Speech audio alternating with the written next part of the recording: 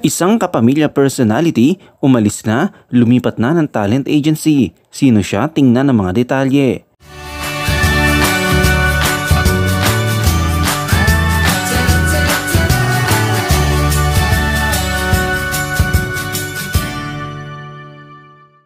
Lumipat na ang isang kapamilya actor ng kanyang talent agency. Ngayon ay bahagi na si Albi Casino ng Viva Artist Agency. Ipinahayag ng talent agency nitong Martes, September 5 na pumirma ang aktor ng exclusive contract para sa pelikula at pamamahala. Si Albi Casino ang kilala sa kanyang mga papel sa mga seryeng Mara Clara noong 2010 at sa drama na Los Bastardos noong 2018 sa ABS-CBN. Nagsimula ang karera ni Albi Casino, ngayon ay 30 years old, sa variety show na SOP noong 2009. Mula noon, lumitaw siya sa mga palabas sa ABS-CBN, kabilang ng Mara Clara kung saan ginampanan niya ang papel na love interest ni Catherine Bernardo na si Christian.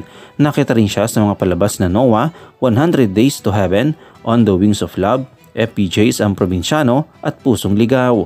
Noong 2018, bida si Albi Casino sa hapunang drama na Precious Hearts Romances Presents Los Bartados kasama ang mga kapwa na gwapong lalaki at mga kapwa-artistang sina Jake Cuenca, Marco Gumabaw, Joshua Colette at Joseph Marco. Sumali rin sa reality series sa ABS-CBN na Pinoy Big Brother Community Season 10 bilang isang celebrity housemate noong taong 2021. Pinakamalapit ay nagpakita si Albi Casino sa I Want TFC series na Drag You and Me bilang Ricky. Ipinahayag din siya bilang bahagi ng paparating na seryeng Linlang kasama sina Kim Chiu, Paulo Avellino at JM De Guzman. Sa isang media conference para sa kanyang pelikulang Moonlight Butterfly sa ilalim ng Viva Max nitong nakaraang taon, sinabi ni Albi na lubos siyang nagpapasalamat sa pagkakaroon ng pangalawang pagkakataon sa mundo ng showbiz.